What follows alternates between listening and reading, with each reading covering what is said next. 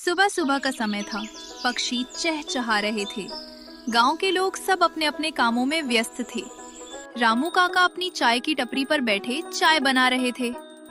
तभी एक चमचमाती बाइक तेजी से गांव के अंदर आई। बाइक पर था एक युवक। उसके बाइक पर पीछे एक बड़ा सा बैग रखा हुआ था। उसे देखकर रामू काका ने शामू से कहा, अरे भाई, ये कौन है? कहाँ से आया है? तभी पास में बैठे शामू ने चाय पीते हुए कहा, काका, मुझे तो यह शहर का डाकिया लगता है, लेकिन यह तो बाइक पर आया है। हमारे गांव में तो भैंसे ही राज करती है।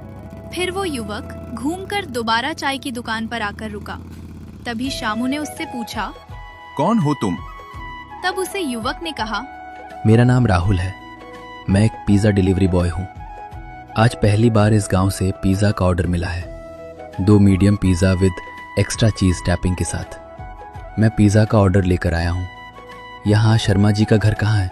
रामू काका ने अपनी भूहे चढ़ाई और कहा, पिज्जा? अरे भैया, ये क्या चीज है? हमने तो गांव में बस प्याजी ही सुना है। ये क्या चीज ले आए हो भाई? और हाँ, शर्मा जी का घर तुम यहाँ से सीधे चले जाओ, वहीं आखिर में शर्मा जी का घर है। फिर शामू ने उत्सुकता से कहा, बताओ ना भैया, पिज्जा हमने टीवी में देखा है। क्या इस बॉक्स में सच में पिज्जा लाए हो? राहुल मुस्कुराया और बोला, हाँ अंकल जी, इसमें पिज़्ज़ा ही है। पिज़्ज़ा तो दुनिया की सबसे स्वादिष्ट चीज़ है। चीज़, टमाटर, सॉस, ब्रेड और भी कई चीज़ें मिलाकर बनता है। 30 मिनट में गर्मा गर्म तैयार हो जाता है। चलिए, अब मैं ये पिज़्ज़ा का ऑर्डर शर्मा जी तक पहुंचा कर आता हूँ। रामू काका ने उसकी बाइक को देखा और कहा, बेटा, ये काला घोड़ा कहाँ से लाए हो? ये तो बहुत पेट्रोल खाता होगा।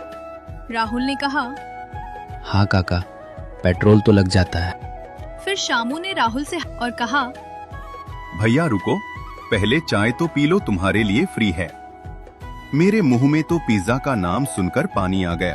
तभी राहुल ने अपनी घड़ी की तरफ देखा और कहा, सॉरी भाई, चाय फिर कभी पीऊंगा, अभी लेट हो रहा हूँ। इतना कहकर राहुल वहाँ से चला गया। शर्मा जी का घर गांव के बीचों बीच था। एक पुराना मकान, आंगन में गाय बंधी हुई थी। शर्मा जी घर के बाहर लकड़ी काट रहे थे। तभी राहुल उनके घर पहुंचा और बोला, शर्मा जी, मैं आपका पिज़्ज़ा का ऑर्डर लेकर आया हूँ। आपके 450 रुपए हुए।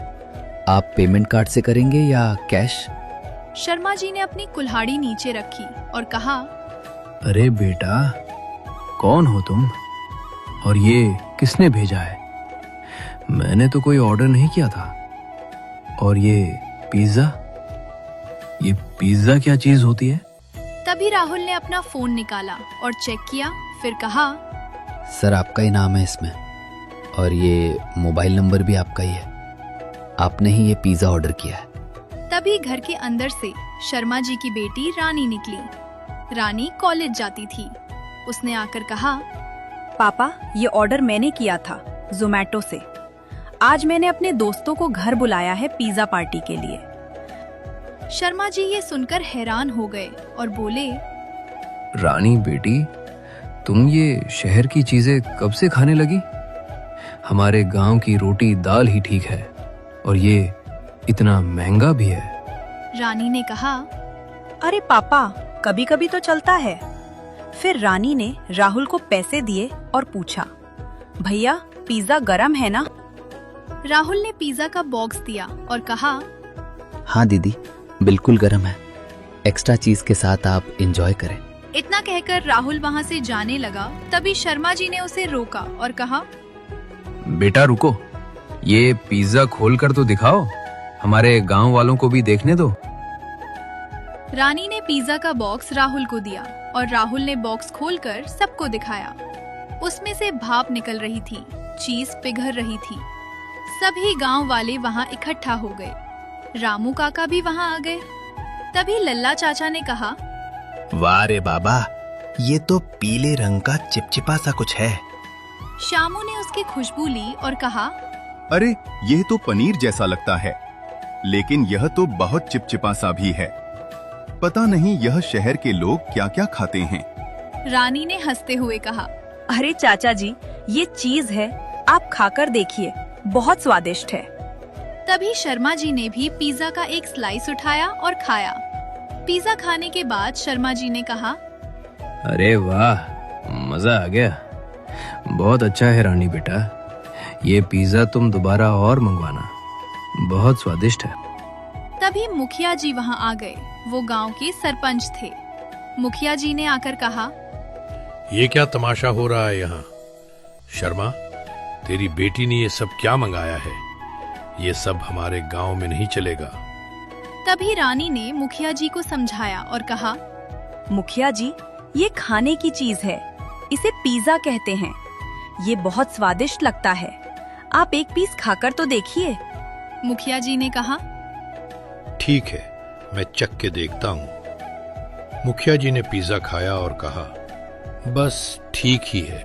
फिर राहुल वहाँ से जाने लगा। तभी गांव की कुछ लड़कियों ने उसे रोक लिया और कहा, अरे भैया जी रुको, आप जो पिज्जा लेकर आए हो वो कैसा होता है? तभी राहुल ने कहा, बहुत अच्छा, आप सब भी ट्राई करना, आप सभी को भी अच्छा लगेगा। तभी गीता ने शर्माते हुए कहा, भैया आप शहर में रहते हो ना, हमारे गांव में ही रुक जाओ, आज शाम को गांव में मेला लगेगा। फिर मीना ने हंसकर कहा, हाँ भैया, आप भी वहाँ डांस करना और हमें अपनी मोटरसाइकिल पर घुमाना। तभी राहुल ने हंसते हुए कहा, अरे नहीं दीदी, मुझे बहुत काम है, मैं नहीं रुक पाऊंगा, लेकिन हाँ, मेला बहुत मजेदार लगता है। तभी रामू काका वहाँ आए और बोले, बेटा राहुल, तुम शाम को वापस आना, हम पिज्जा पार्टी करेंगे। तुम ही तो सिखाओगे पिज्जा कैसे बनता है। राहुल ने कहा, ठीक है काका, मैं आ जाऊंगा। फिर मिलते हैं आज शाम को 6 बजे। शाम ढलते ही गांव में मेला सज गया। झूले, चाट के ठेले, गाने, सब कुछ अच्छी रौनक लगी हुई थी। पिज्जा पार्टी की तैयारी चल रही थी। तभी राहुल वहां आया। उसके पास एक और बॉक्स था, स्पेशल ऑर्डर, जो कि गांव वालों ने खुद दिया था। राहुल ने कहा, लो भाई लोग, ये है फार्म हाउस पिज्जा, मशरूम और पनीर के साथ। लल्ला चाचा ने पूछा, ये मशरूम क्या है? राहुल ने हंसते हुए कहा, अरे चाचा, ये शहर की चीज है, बिल्कुल साफ सुथरी। तभी मुखिया जी ने एक पीस उठाया और खाया। पिज्जा खाकर मुखिया जी ने कहा, वाह, ये तो लाजवाब है। गांव वालों, आप सब लोग भी खाकर देखिए, मजा आ जाएगा। तभी रानी ने राहुल से कहा, भैया बैठिए ना और हमें बताइए शहर का माहौल कैसा है।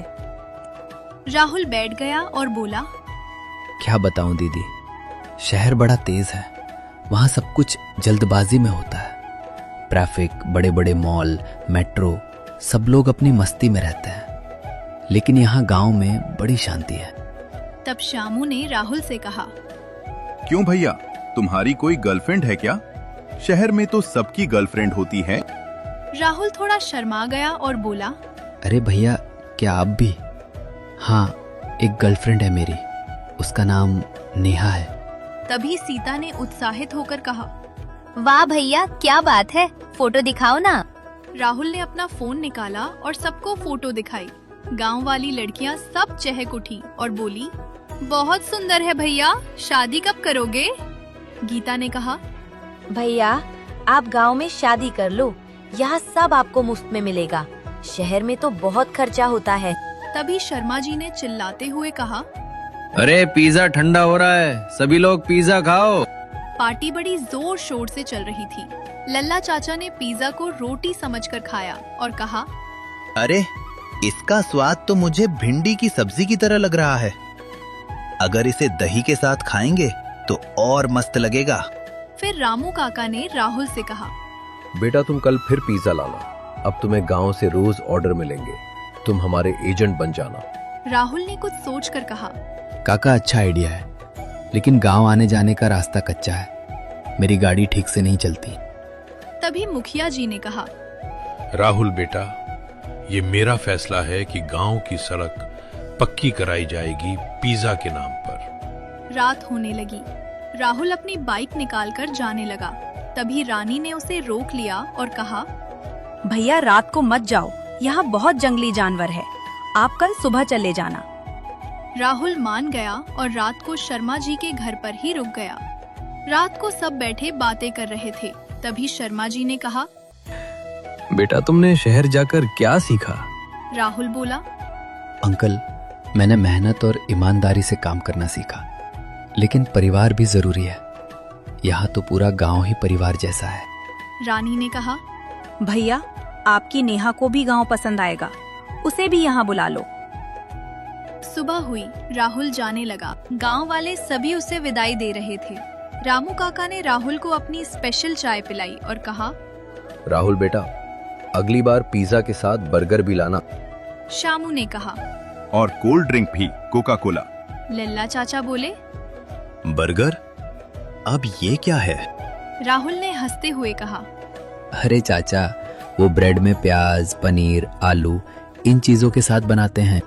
मुखिया जी ने राहुल को आशीर्वाद दिया और कहा, जा बेटा, बहुत तरक्की करना। अब से ये गांव भी पिज्जा वाला गांव कहलाएगा।